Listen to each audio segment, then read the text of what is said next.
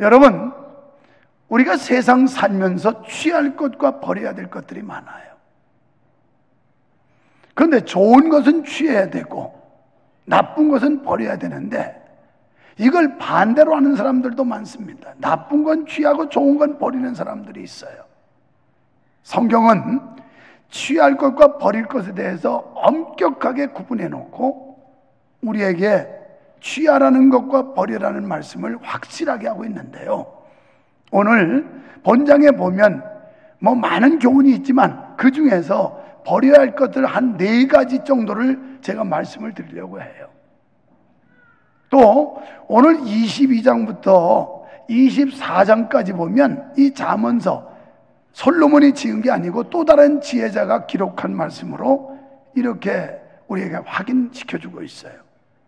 근데 지혜자는 종종 귀를 집중하고 들어라, 그리고 이 교훈을 들어라, 이런 말씀들을 많이 하고 있는데요, 본장에서 하나님의 백성이 마땅히 삼가해야 할 악한 행실에 대해서 가르쳐주고 있습니다. 그러면서 지혜자는 중간중간 자신의 지혜의 말에 귀를 기울이라고 말씀하는데, 이 길만이 생명의 길이고 이것만이 영생을 얻는 길이기 때문이라 이렇게 말씀을 해요. 여러분, 본문을 통해서 우리가 버려야 할 악행에 대해서 교훈을 한번 생각해 보면 첫째는 탐심을 버리라는 거예요. 지혜자는 성도가 버려야 할 것 가운데 첫 번째가 탐심이라고 말씀합니다. 그 중에 2절에 보니까 내가 만일 탐식자여든 내 목에 칼을 둘 것이니라. 야, 이거 먹기 좋아하는 사람들 긴장해야 되겠어요. 탐식자이거든 목에 칼을 두래요. 그건 뭐라는 거예요? 목줄 끊고 죽으라는 겁니까? 뭡니까? 그런데 그 말이 아니라 세번역에 보면 이렇게 기록됐어요. 내 입에 멍을 씌워라. 절제하라는 얘기입니다. 이 먹는 거. 그 이유는 뒤에 설명합니다만은 먹기를 탐하지 말고 식욕을 제어하라, 이런 말씀인데 1절부터 10절에 보면 탐심에 대해 말씀을 하고 있는데요, 음식과 재물을 탐하지 말고 탐심으로 가득 찬 자와 함께하지도 말아라. 음식에 대한 욕심이 신체가 고통을 받고 물건에 대한 욕심은 도적질을 하게 하고 간음이나 음행조차도 이웃 아내에 대한 욕심에서 비롯된다는 교훈을 하고 있는 겁니다. 모두 이 욕심 때문이에요. 탐심이 지나치다 보면 우리는 죄악의 나락에 떨어질 수밖에 없다라는 거예요. 그 다음에 3절에 보면 진찬, 그 진찬을 탐하지 말라. 그것은 간사하게 베푼 식물이니라. 진수성찬, 잘 차려놓은 음식, 이거 탐하지 말래요. 앞으로는 뷔페 절대 가지 마세요. 중국집에 코스 요리 절대 먹지 마세요. 그 다음에 한정식에 그 코스 먹지 마세요. 왜? 칭찬을 탐하지 말라는데, 성경에. 그런데 그런 뜻보다는 우정을 나누기 위한 음식이 아니고 어떤 정치적 목적으로 대접하는, 그러니까 그 음식에 담겨져 있는 좀 불량한 목적이 있는 이런 음식을 함부로 대접받지 말라는 거예요. 쉬운 말로 말하면 뇌물성 대접이라 이 말이에요. 이 뇌물성 대접을 받으면 언젠가 거기에 코가 깨가지고 그것 때문에 낭패를 겪기 때문에 우리가 이 지혜로운 처사, 인생을 지혜롭게 살기 위해서는 이렇게 처신하라는 이런 교훈을 주고 있는 겁니다. 그 다음에 4절에 보니까 부자 되기에 쓰지 말래요.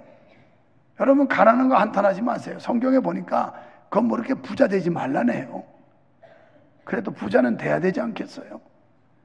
뭐니 해도 뭐니가 최고인데 뭐 되긴 돼야 될 텐데, 나쁜 방법, 부정한 방법, 불의한 방법, 사악한 방법, 이런 방법으로 재물을 모아서는 안 된다는 얘기입니다. 그래서 오늘 4절에 부자 되기에 애쓰지 말라, 지나치게 재물에 탐닉하지 말라는 거예요.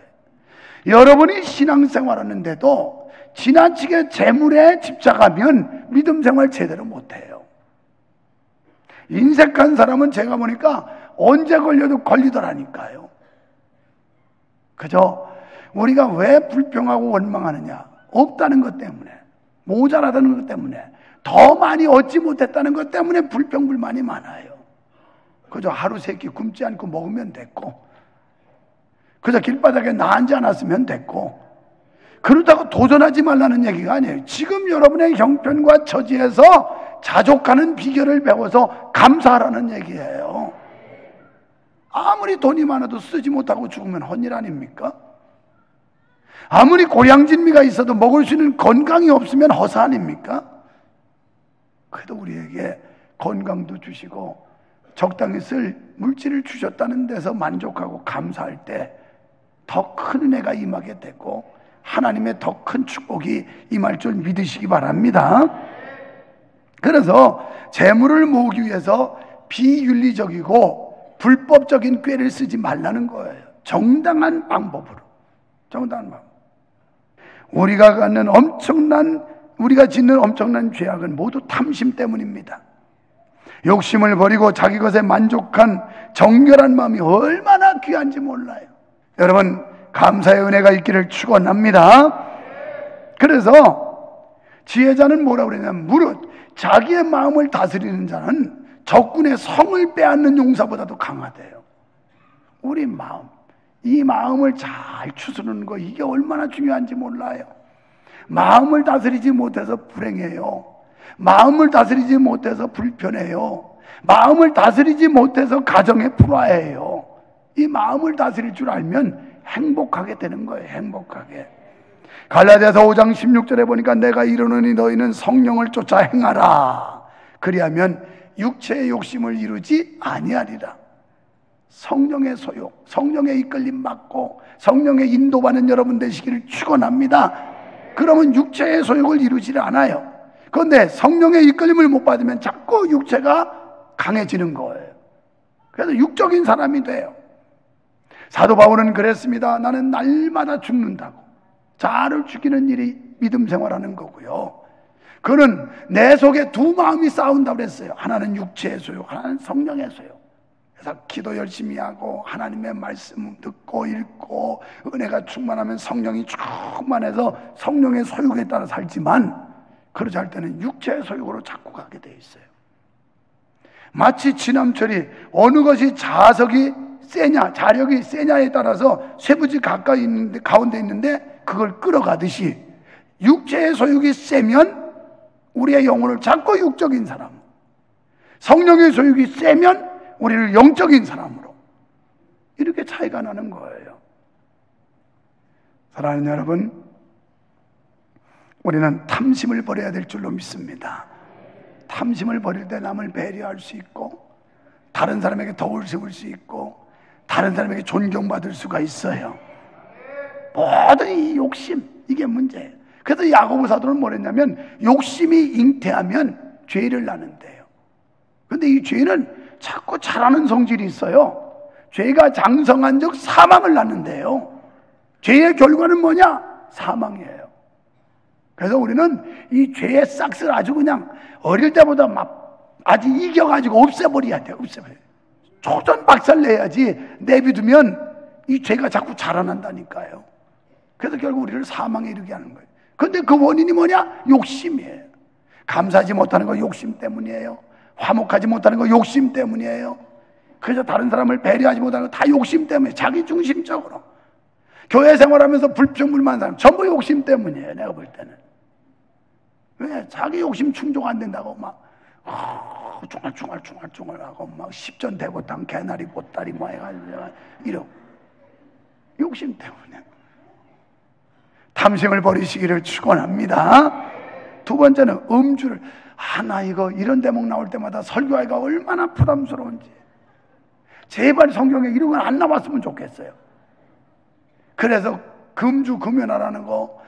그런데 그렇다고 목사가 성경에 나오는 걸 말 안 할 수도 없고 이걸 나 솔직히 인간적으로는 뛰어넘고 싶어요. 그러니까 아직도 이거 해결 못한 분들 불쾌하지 말고 지금 교회를 수십 년 다녔으면서도 아직까지도 군불 떼는 분들, 그래서 콧구멍이 굴뚝이 돼가지고 여기 입은 아궁이가 되고 여기다가 막 군불을 떼서 연기가 푹푹푹 나는 사람들. 요새 날씨가 영상이라 다행히 안 뗄 것 같은데 모르겠습니다. 그 다음에 쌀 썩은 물을 막 쏟아붓는 사람들. 아니, 세상에 예수를 그렇게 오래 믿고서도 아직도 이걸 해결 못합니까? 저는 원래 안 믿을 때부터 나실인이에요. 술을 안 먹은 사람이에요. 안 먹을 때부터. 아니, 안 믿을 때부터 말이에요. 그래서 이게 또 음주를 버리라는 게 나와가지고 이거 어떡하나, 이걸 대목을 뺄까. 그런데 성경 읽어보면 여기에 대한 상당히 많은 부분을 강조를 하는데 안 할 수도 없잖아요. 그러니까 약주 드시는 분들, 그게 무슨 약주야 또. 이름도 잘 붙였어. 약주 먹는데. 술이지 뭘 먹네, 술 먹네. 지혜자는 본장에서 아주 많은 부분을 할애해서 음주의 폐에 대해 말씀하죠. 21절에 보니까 술은 가난하게 한대요. 29절에 재앙, 분쟁, 원망, 창상, 그러니까 실수로 입은 상처를 가져다 준답니다. 이렇게 술은 사람들로 하여금 폭력적이 되게 하고 또한 물질적으로 가난하게 하며 나아가던 피차에 분쟁하게 해요. 더욱이요, 이 술이라는 공포심을 없애게 만들어요. 술이. 그래서 술 먹으면 간땡이에 붓는다 그러잖아요. 아니, 계속 먹으세요. 그럼 간땡이 부서 죽습니다, 이제. 왜? 술 많이 먹으면 간 경화, 간암 걸려 죽으니까 아주 죽으려고 작정한 사람은 계속 아주 맨날 그냥 먹어. 아주 맨날. 그냥 깔때기고다가 이렇게 넣고 계속 들어부어 아주. 그런데 이걸 먹으면 말초신경을 자극해서 겁을 상실해. 간땡이가 먹어가지고. 그래서 사고를 쳐도 아주 모질게 치고, 범행을 해도 아주 모질게 하고, 이 나쁜 짓을 해도 두려움을 못 느껴요. 술 먹으면. 그래서 술김에 죄를 짓는 거예요. 그 결과 얼마나 치명적인지 32절의 말씀 보니까 뱀, 독사에 비유할 정도의, 이것이 마침내 뱀같이 물 것이요 독사같이 쏠 것이다 그랬어요. 굳이 예를 들지 않아도 우리 주변에 이런 일들은 비일비재합니다. 근데요, 술을 끊기가 쉽지를 않아요. 알코올 중독이 되면. 그래서 31절에 포도주는 붉고 잔에서 번쩍이며 순하게 내려가나니. 그래서 술이 술술 내려가죠. 술술. 그냥 들어보면 얼마나 술술 내려가는지. 그래서 술이라고 그랬나? 나 모르겠는데. 여기 보니까 이 술을 붉고 잔에서 번쩍이며, 포도주들 많이 마실 텐데 거기 보면 양주 뭐 그래가지고 핑크빛으로 잔에다 착 하니까, 나는 뭐 우리 성도들 가보면 양주병을 막 진열해 놨는데 절대 그분들은 먹으려고 하는 게 아니라 이걸 못 먹는데 한이 맺혀서 보고 있는 걸로 난 알아요. 내가 예수를 안 믿었으면 다 먹었을 텐데 예수 믿는 것 때문에 못 먹어서 한 맺혀서 그냥 쳐다라도 보고 있자. 그래서 거실에다가 쫙 장식하는 줄 알으니까 또 이제 그것 때문에 아이고, 목사님이 또 양주병 보면 어떡하나, 신방 못 받겠네. 그런 사람은 없겠지요. 이미 내가 다 봤으니까. 그런데 이게 보기에 막 핑크빛에다가 막 이래가지고 자꾸 우리 눈길을 끄는 거예요. 그런데 이 술에 중독된 사람들은 보기만 해도 막 이야, 침이 넘어가고 그냥 저거 한 잔 칵 하면 끝내줄 것 같고 막. 더군다나 요새 연말이겠다. 얼마나 이런 자리를 또 많이 만들 거야, 이거. 그런데 성경은 하지 말라네, 이걸. 근데요, 우리는 점점 음주가 신앙적인 거 아닌가 이런 거 가지고 또 따져요. 또 이렇게 물어봐. 목사님, 술 먹으면 천당 가요? 지옥 가요? 그래서 네 믿음대로 가세요. 왜 골치 아픈 걸 나한테 물어봐요?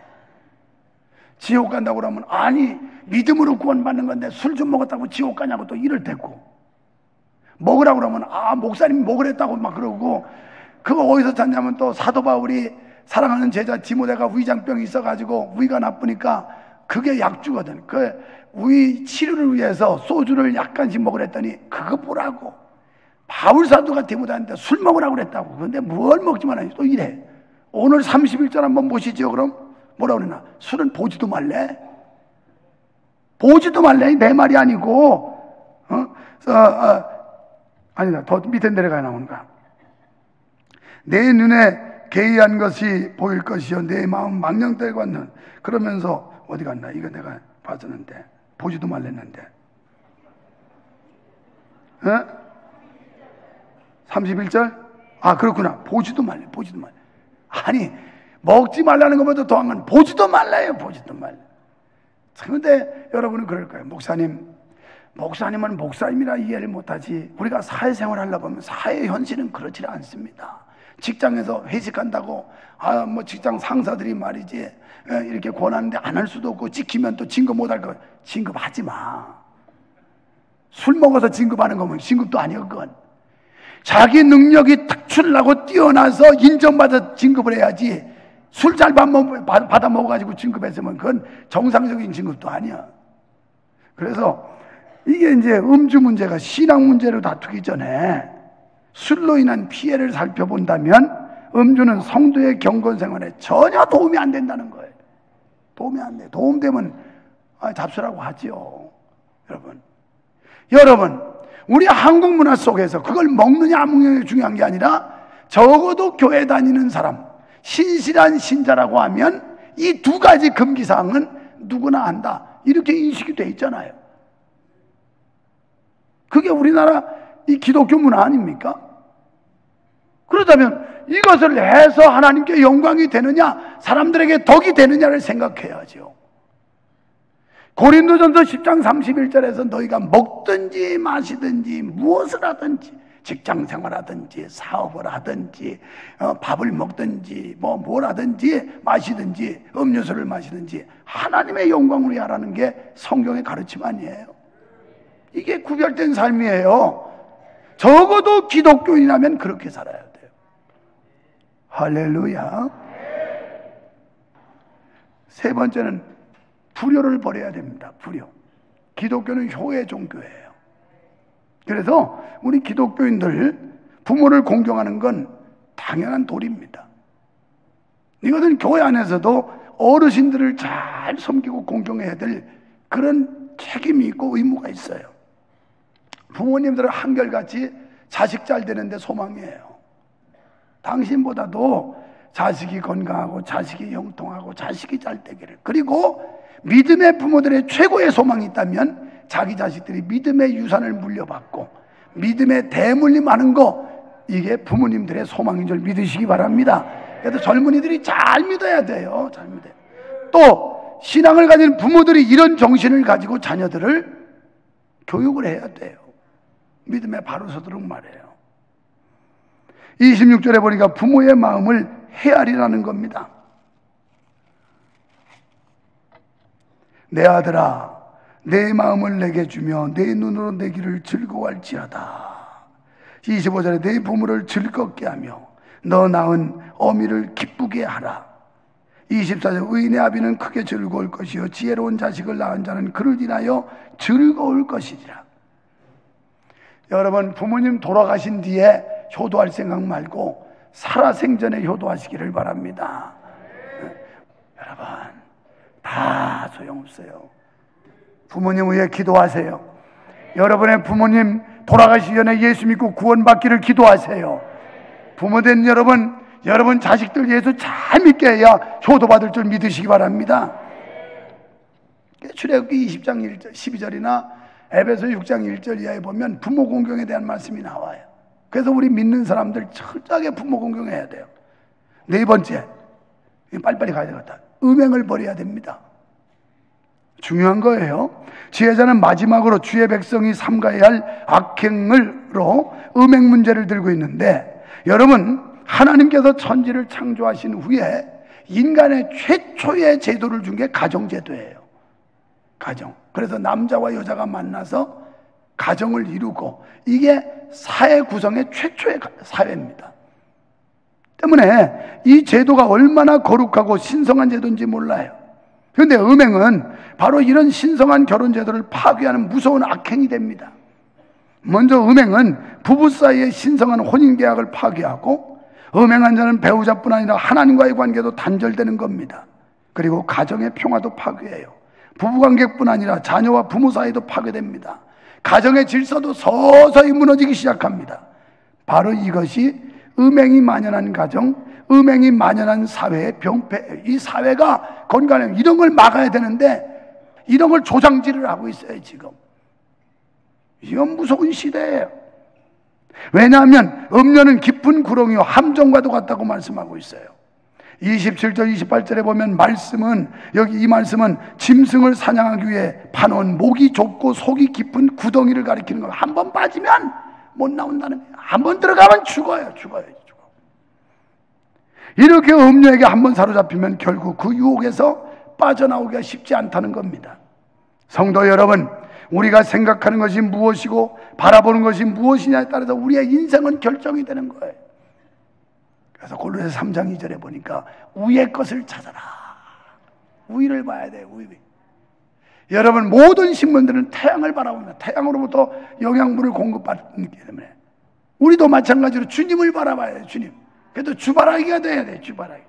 해바라기가 동쪽, 아침에 해 뜰 때는 동쪽 봤다가 해질 때는 서쪽 본다는 것처럼 우리들도 늘 주님을 바라보는 주바라기가 돼요. 주바라기. 그래서 주님이 뭐라고 말씀하시나, 주님이 어떻게 인도하시나, 주님의 뜻을 따르고 주님의 명령에 순종하고 하나님의 영광 위에 사는 여러분 되기를 축원합니다. 결론적으로 우리는 늘 위기의식을 가져야 돼요. 늘 긴장해야 된다는 말이에요.